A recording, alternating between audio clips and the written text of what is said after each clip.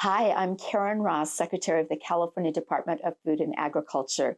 We've been telling the stories about women in agriculture, women in leadership positions, really helping to pave the way for the next generation for the entire month of March. But the stories are so good, and the role that women play in leadership roles on the farms, in the long chain of all the agricultural businesses that we have in the state, and women farm workers, that we want to continue telling their stories. And I'm so excited today to be speaking to Shannon Douglas. And Shannon, you are the first president of the California Farm Bureau Federation. I've got that right. Yeah, the first woman to hold the role. You're right. Boy, that's a big mantle to carry. So I'm really excited to have a conversation with you.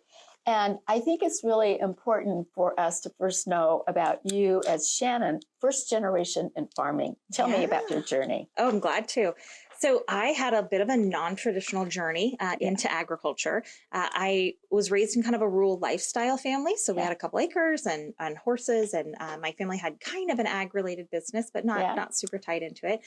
So I was always have to tell people that, my dad or grandfather or even great-grandfather were not farmers, Really? but great-grandfather had some ties to the water industry, actually. So he managed a Glenn-Calusa irrigation district, actually. That's a famous one. I know, kind of a neat one. But so I didn't have that traditional tie, but I got involved in 4-H and then later FFA. And as I started experiencing those programs, I really found I liked agriculture. It felt very at home to me.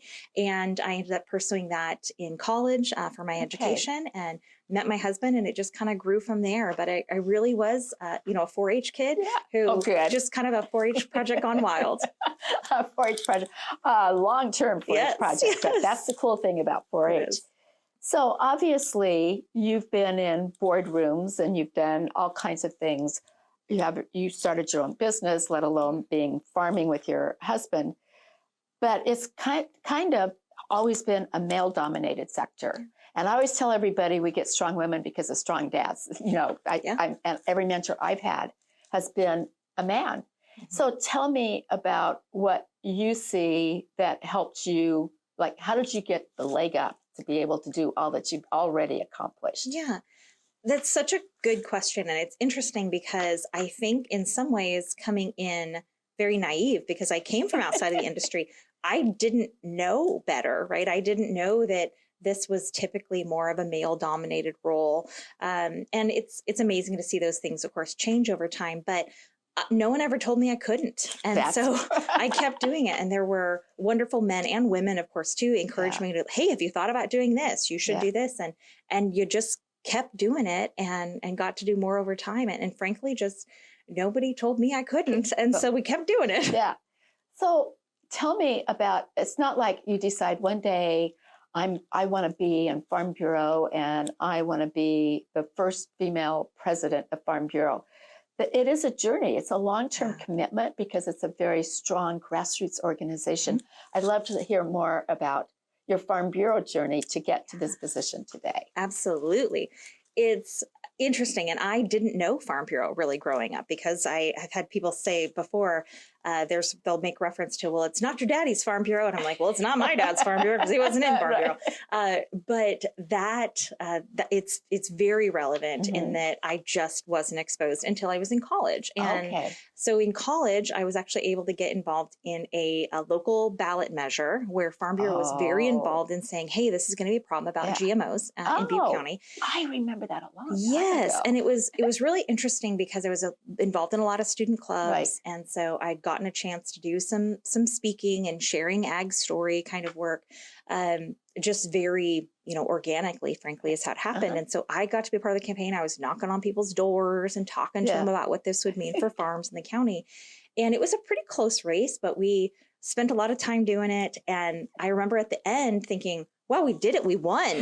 We were able to show people the work that I got to do made a difference. And it's going to, frankly, help farmers for generations. And it really kind of ended that battle, at least in that county at the time, which was so important. And so I got to see it be successful. And I thought, wow, this Farm Bureau group, they can really do some stuff. This is where to get involved. And just continued getting involved in the Young Farmers and Ranchers program. They have a great opportunity that Farm Bureau's had for a long time Right. to really try to get that next generation in. And I think that was very instrumental for me too, because there was a role for young people, right? And it Right. wasn't a whether you're a male or female type thing, but just, hey, here's an opportunity for young people to get involved, and you could get as involved as you wanted. And so I just kept getting more involved, right? So and it's now really it took over your life. I right? know, exactly. Your husband might think that sometimes, and your son. Very Yeah. true. Yeah. So, there's a lot of challenges in agriculture right now. There's the challenges you face on the farm. And then there's the challenges that a whole sector agriculture is facing. So tell me a little bit about some of the issues that Farm Bureau is really taking on, because you have a real diverse membership. We do. And that's one of the things that makes us great is we represent over 400 commodities. Really, we've got growers of every commodity you're fighting for that we represent as well, and big and small and very diverse, which is so much the special sauce of what makes us unique and very true, authentic family farms. So I think probably the leading issue that we've been talking to people about these days is the challenge that we're facing on the farms, but the numbers associated with that. So as you're well aware of, in the last 10 years, we've lost 20% of our farms, and that's 15,000 farms in California gone. And most of those are, frankly, they're pretty small and mid-sized farms. These are family-owned farms.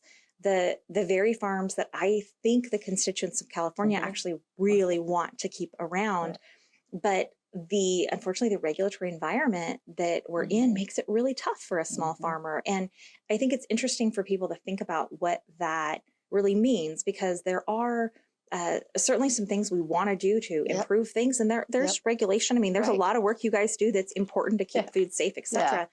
But there's also a lot of these challenges that have made it really difficult for the mom and pop shop type thing to stay in business, in the same way that, a small grocery store might struggle. Our small family businesses have really felt the pinch. We've had nearly 1,400% increase in regulatory costs in just 18 years. And that's really tough for these families to absorb. So that's been a really lead part of what we talk to people about, is as we're trying to keep our family farms and all of our farms sustainable for the next generation, a piece of it is making sure they stay in business. So let's talk a little bit more about sustainability and innovation, because California agriculture has always been innovative. Find a challenge and there's a farmer going to figure it out, so to speak.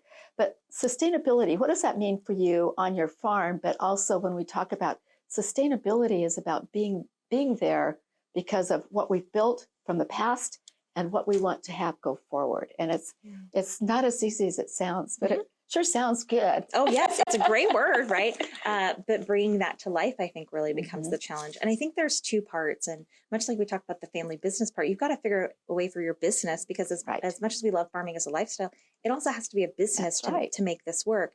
So sometimes that's adapting and changing your business. And, in my part of California, up in Glenn County, we're pretty heavily dominated by nut crops. And it's interesting to think back, but if you go back almost 40 years in the past, we had a whole lot of kiwis in our area, and and things change. And it's okay for us to adapt and evolve, and it'll probably look a little bit different in a few more years, right? So there are those types of business decisions that have to evolve too, in our changing markets and consumer preferences. And maybe kiwis will make a comeback because people are eating such diverse foods. But part of that is also how you're taking care of your land. And that's important to our farms too, because if you want your farm to still be viable and your soil productive, you've got to be factoring that in. And so that's included in our California farmers have been so at the forefront of things like utilizing compost and cover crops, and almost to a point that was very interesting for me, some of my first times working on cover crops with farmers in other states, where they think about it very differently.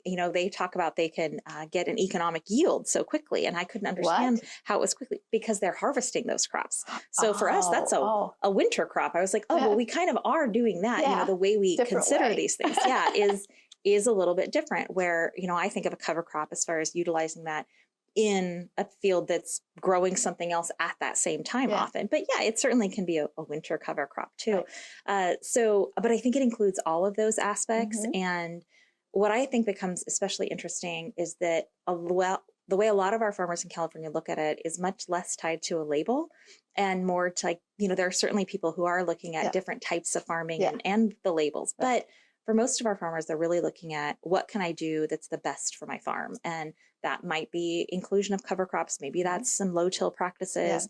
And maybe it's a whole lot more than that, because it could be a really interesting combination of what works for their farm. Right. And that's kind of the beauty of, again, the diversity of our state. Right. What works in Modoc counties probably not going to work in Ventura County. That's exactly right. And vice versa. But some of those elements probably can. And when we let farmers figure out, hey, this actually would work here, it's very cost effective.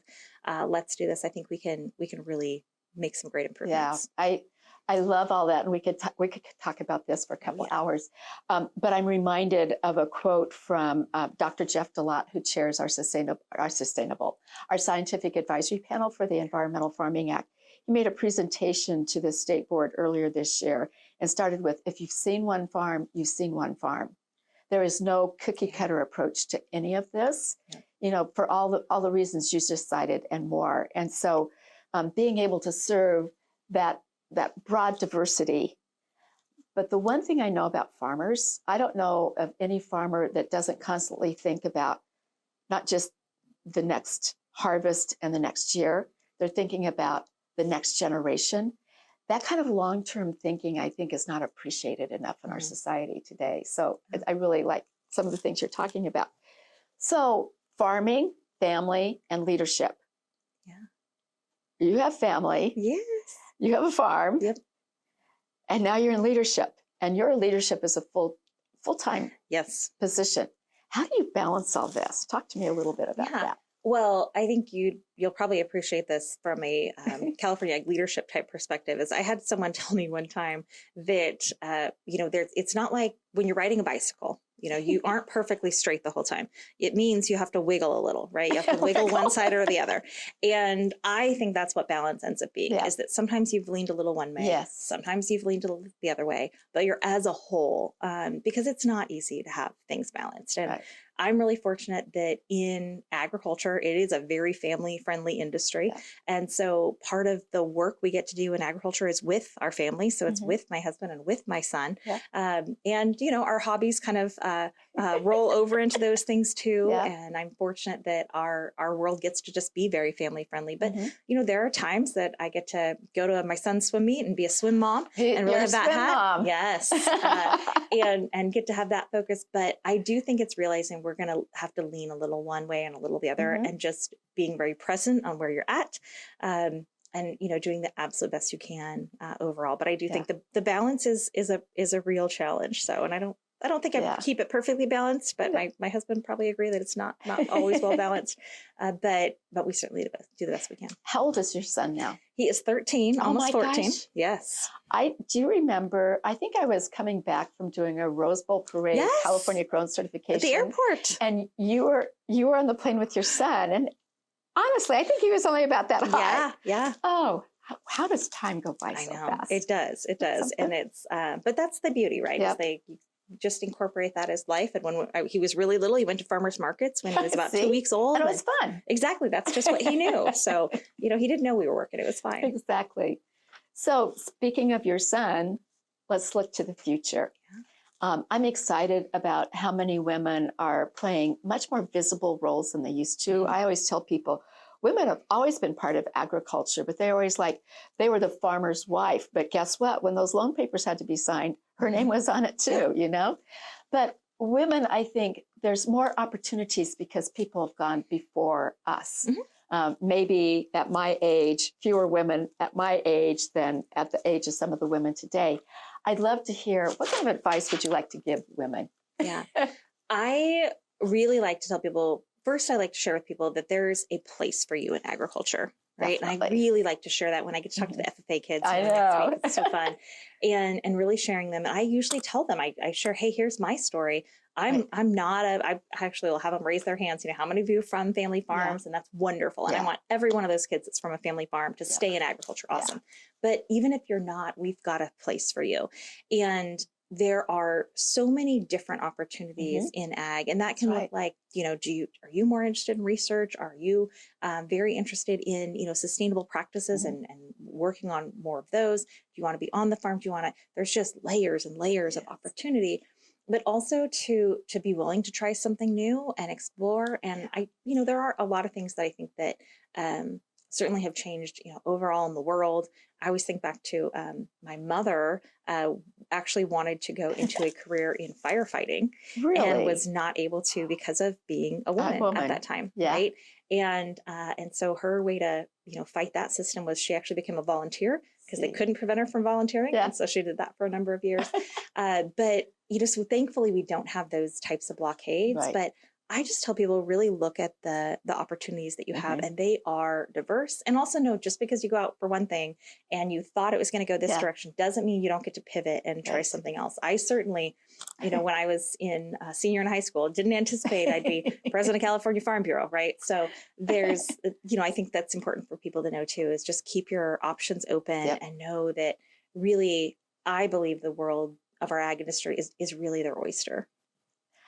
I couldn't agree with you more. That's a great way to close this conversation.